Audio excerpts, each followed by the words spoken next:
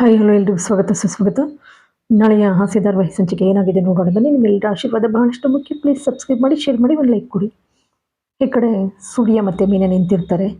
ಶಾಂತಿ ಬಂದು ಇಲ್ಲಿದ್ದಾಳಲ್ಲ, ಇವಳನ್ನು ಕಟ್ಕೊಂಡು ಈ ಅವಸ್ಥೆ ಪಡ್ತಿದೀಯಾ, ಯಾವಾಗ ನೀವು ಮನೆ ಬಿಟ್ಟು ತೊಲಗ್ತಿರೋ ಅಂತ ಕಾಯ್ತಾ ಇದ್ದೀನಿ. ನಿಮ್ಮಿಂದಾಗಿ ಮನೆ ಮಾನ ಮರ್ಯಾದೆ ಯಾವುದು ಉಳ್ಗಾಲ ಇಲ್ಲ, ಸಾಕಾಗೋಗಿದೆ, ಮೊದಲು ಮನೆ ಬಿಟ್ಟು ತೊಲಗಿ ಅಂತ ಹೇಳಿ ಬೈದ್ಬಿಟ್ಟು ಹೊಟ್ಟೋಗ್ಬಿಡ್ತಾಳೆ. ಹೊಳೋದ್ಮೇಲೆ ಮೀನಾ ನಿಂತೇ ಇರ್ತಾಳೆ ಸಪ್ಪಗೆ. ಏನೇ ಮೀನಮ್ಮ, ಮನೆಯವರೆಲ್ಲರೂ ಕೂಡ ನನ್ನನ್ನು ನಂಬ್ತಾ ಇಲ್ಲ, ಅಪ್ಪನೂ ಕೂಡ ನಂಬಲಿಲ್ಲ, ನೀನು ನಂಬಲ್ವಾ?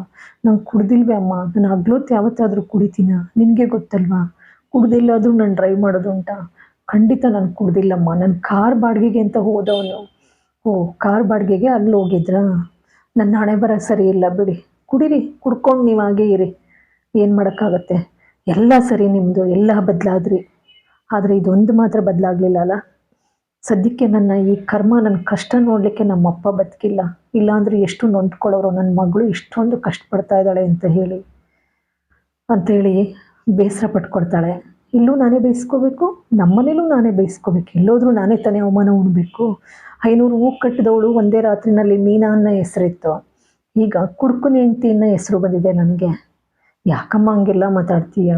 ಇಲ್ವೇ, ನಾನು ಕುಡ್ದಿಲ್ಲ, ನಾನು ನೀನಾದರೂ ನಂಬು ಪ್ಲೀಸ್. ನಾನು ಕಾರ್ ಬಾಡಿಗೆಗೆ ಬಂದಿದ್ದನ್ನು ಅಲ್ಲಿ ಬಿಡೋಕ್ಕೆ ಹೋಗಿದ್ದಷ್ಟೇ ಕಷ್ಟ. ಓ, ಅಲ್ಲಿ ಬಂದಿದ್ರಾ ನಿಮಗೆ? ಹೌದಮ್ಮ, ಅವತ್ತು MLA ಇದ್ರಲ್ಲ, ನಮಗೆ ಆರ್ಡ್ರ್ ಕೊಟ್ಟಿದ್ರಲ್ಲ, ಅವ್ರನ್ನ ಡ್ರಾಪ್ ಮಾಡೋಕ್ಕೆ ಅಂತ ಹೋಗಿದ್ದೆ. ಬೇಕಿದ್ರೆ ಅವ್ರಿಗೆ ಫೋನ್ ಮಾಡಿಕೊಡ್ಲಾ, ಕೇಳ್ತೀಯಾ? ಹೌದಾ, ಇದಕ್ಕೆ ಬೇರೆ ಸಾಕ್ಷಿನಾ? ನೀವು ಯಾವತ್ತಾದರೂ ನೀವು ನಿಜ ಹೇಳಿದ್ದೀರಾ? ಯಾಕಮ್ಮ ಹಾಗಂತೀಯ? ಇನ್ನೇನು, ನೀವೇನು ಬೇಕಾದ್ರೂ ಸುಳ್ಳು ಹೇಳ್ತೀರಾ? ಮಂಜುನ್ನ ಕೈ ಮುರಿದಾಗಲೇ ನೀವು ನಿಜ ಹೇಳಲಿಲ್ಲ, ಇವತ್ತಿಗೂ ಕೂಡ ಅದು ಏನಾಯಿತು ಅಲ್ಲಿ ಅನ್ನೋದು ನನಗೆ ಗೊತ್ತಿಲ್ಲ. ಅದು ಬಿಡಮ್ಮ, ಇದು ಹಾಗೇನೆ, ಕುಡಿಸ್ತವ್ರು ಕುಡ್ದವರು ಯಾರಾದರೂ ಇಲ್ಲ ಕುಡ್ದಿಲ್ಲ ಅಂತ ಹೇಳ್ತಾರೆ, ನಿಮ್ಮ ಪರನೇ ವಹಿಸ್ಕೊಳ್ಳೋದು. ಅವ್ರು ಏನಾದರೂ ಸತ್ಯ ಹೇಳ್ತಾರಾ? ಬಿಡಿ, ನೀವು ಹೇಗಾದರೂ ಇರಿ ಅಂತೇಳಿ ಬೇಸರ ಮಾಡ್ಕೊತಾರೆ. ಆಯ್ತಮ್ಮ, ಎಲ್ಲರೂ ಪ್ರಕಾರ ನಾನು ಕುಡ್ತೇವನು, ಸಂದು ಕುಡಿತೀನಿ ನಾನು, ಸರಿ ಬಿಡು ಅಂತೇಳಿ ಹೊರಟೋಗ್ತಾನೆ ಬೇಸರ ಮಾಡಿಕೊಂಡು.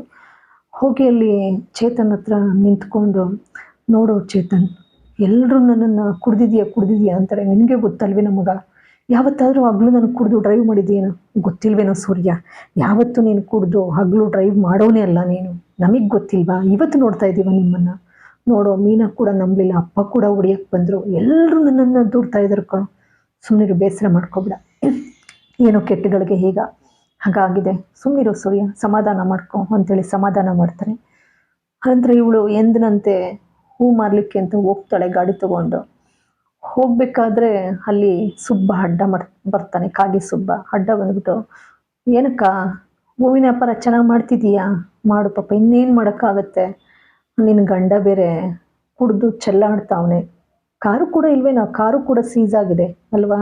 ಎಲ್ಲ ಸಾಮಾಜಿಕ ಜಾಲತಾಣ ಎಲ್ಲ ಕಡೆನೂ ಕೂಡ ನಿನ್ನ ಗಂಡಂದೇ ಸುದ್ದಿ. ಏನೋ ಹೇಳ್ತಿದ್ದಲ್ಲ ನಿನ್ನ ತಮ್ಮನಿಗೆ, ಮಂಜನಿಗೆ, ಇಂಥವ್ನು ಸವಾಸ ಮಾಡಬೇಡ, ಕಳ್ಳ ಸುಳ್ಳ ಕುಡ್ಕ ಅಂತ ಹೇಳಿ.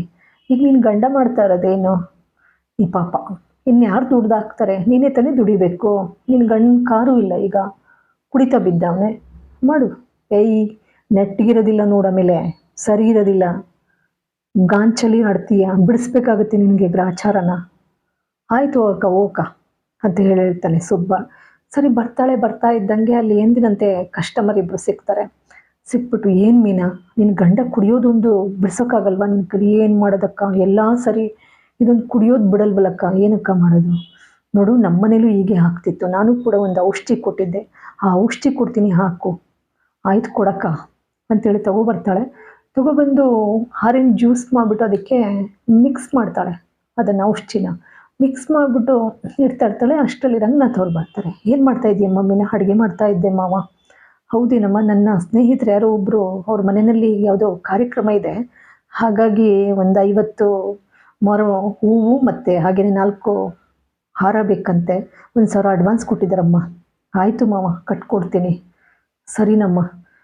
ಎಲ್ಲಮ್ಮ ಸೂರ್ಯ ಬಂದನಾ? ಇಲ್ಲ ಮಾವ, ನೀವು ಮಾತಾಡಿಸ್ತಿಲ್ಲ ಅಂತ ಬೇಸರ ಮಾಡಿಕೊಂಡು ಅವಾಗ ಹೋದವ್ರು ಮನೆಗೆ ಬಂದಿಲ್ಲ.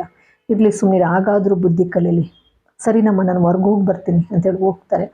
ಅಷ್ಟರಲ್ಲಿ ಶಾಂತಿ ಬರ್ತಾಳೆ. ಬಂದವಳು, ಓಹೋ, ಗಂಡಂಗೆ ಅಂತ ಜ್ಯೂಸ್ ಮಾಡಿದ್ದಾಳೆ, ಅಬ್ಬಾ ಏನು 5 ಹಣ್ಣು ಕೂಡ ಹಿಂಡ್ಬಿಟ್ಟು ಮಾಡಿದ್ದಾಳೇನೋ ಅಂತ ಹೇಳಿ ಅಂತ ಹೇಳಿ ಗಟ ಗಟ ಗಟಕೊಂಡು ಕುಡಿದು ಬಿಡ್ತಾಳೆ ಎಲ್ಲವನ್ನೂ, ಒಂದು ಚೂರು ಉಳಿಸ್ತಾ ಹಾಗೆ. ಸರಿ ಅಷ್ಟರಲ್ಲಿ ಮೀನಾ ಹೊರಗಡೆಗೆ ಹೋಗಕ್ಕಿಂತೇಳಿ ಹೊರಟವಳು ಬರ್ತಾಳೆ. ಬಂದು ನೋಡ್ತಾಳೆ, ಎಲ್ಲ ಖಾಲಿ ಆಗಿರುತ್ತೆ. ಓ, ಅತ್ತೆನೇ ಕುಡ್ದಿರೋದು ಅನ್ನೋದು ಗೊತ್ತಾಗುತ್ತೆ. ನೋಡ್ಬಿಡ್ತಾಳೆ ಕುಡ್ದಿರೋದನ್ನು ಕೂಡ. ಆನಂತರ ಅತ್ತೆ ಈ ಜ್ಯೂಸ್ ಕುಡಿದ್ರ? ಹ್ಞೂ ಕುಡ್ದೆ, ಮಾಡಿಟ್ಟಿದ್ದಲ್ಲ, ಏನು ನಿನ್ನ ಗಂಡನೇ ಮಾಡಿಟ್ಟಿದ್ದ ಅಂತ ಹೇಳಿ ಹೇಳ್ತಾಳೆ. ಹ್ಞೂ ಅತ್ತೆ ಅಂತ ಅಂದ್ಬಿಟ್ಟು ಸುಮ್ಮನಾಗ್ಬಿಡ್ತಾಳೆ. ಆಮೇಲೆ ಅವಳಿಗೆ ಶಾಕ್ ಆಗುತ್ತೆ. ಅಯ್ಯೋ ದೇವ್ರೆ, ಏನಪ್ಪ ಮಾಡೋದು, ಏನಾದರೂ ಔಷಧಿ ಹಾಕಿದ್ದೀನಿ ಅಂತ ಗೊತ್ತಾದರೆ ಬೇಕಾಗೆ ಹಾಕಿದಾಳೆ, ನನ್ನನ್ನು ಕೊಲ್ಲಕ್ಕೆ ಹಾಕಿದಾಳೆ ಅಂತ ಏನು ರಂಪರಾದ ಅಂತ ಮಾಡ್ಬಿಡ್ತಾರೆ ಅಂತೇಳಿ ಫೋನ್ ಮಾಡ್ತಾಳೆ ಔಷಧಿ ಕೊಟ್ಟವ್ರಿಗೆ. ಫೋನ್ ಮಾಡಿದರೆ ಅವರು ರಿಸೀವೇ ಮಾಡೋದಿಲ್ಲ. ಅಯ್ಯೋ ರಿಸೀವೇ ಮಾಡ್ತಾ ಇಲ್ವಲ್ಲ, ನಾನೇ ಆದರೂ ಹೋಗಿ ವಿಚಾರಿಸ್ಕೊಂಡು ಬರ್ತೀನಿ ಅಂತೇಳಿ ಹೊರಡ್ತಾಳೆ. ಅಷ್ಟರಲ್ಲಿ ಸೂರ್ಯ ಬರ್ತಾನೆ, ಅಡ್ಡ ಹಾಕ್ತಾರೆ. ರಂಗನಾಥ್ ಅವರು ಅಡ್ಡ ಬರ್ತಾರೆ. ಅಂದರೆ ಅವ್ರು ಹೊರಗಡೆ ಹೋಗ್ತಾ ಇರ್ತಾರೆ. ಪರಸ್ಪರ ಇಬ್ಬರೂ ಕೂಡ ಹೆದರುಗೊಳ್ತಾರೆ. ಹೆದರುಗೊಳ್ತಿದ್ದಾಗೇನೆ ಮುಖಾಮುಖಿ ಆದ್ರೂ ಕೂಡ ಇವನ ಅಪ್ಪ ಅಂತಾನೆ. ತಿರುಗು ಕೂಡ ನೋಡೋದಿಲ್ಲ, ಕಣ್ಣೆತ್ತು ಕೂಡ ನೋಡಿದಾಗೆ ಬರಬರ ಹೊರಟೋಗ್ಬಿಡ್ತಾರೆ. ಇವನು ಒಳಗೆ ಬರ್ತಾನೆ. ಒಳಗೆ ಬಂದವನು, ಏನು ಮೀನಾ, ಏನಾರು ಅಂದ್ರ ಅಪ್ಪ? ಏನಂತಾರೆ?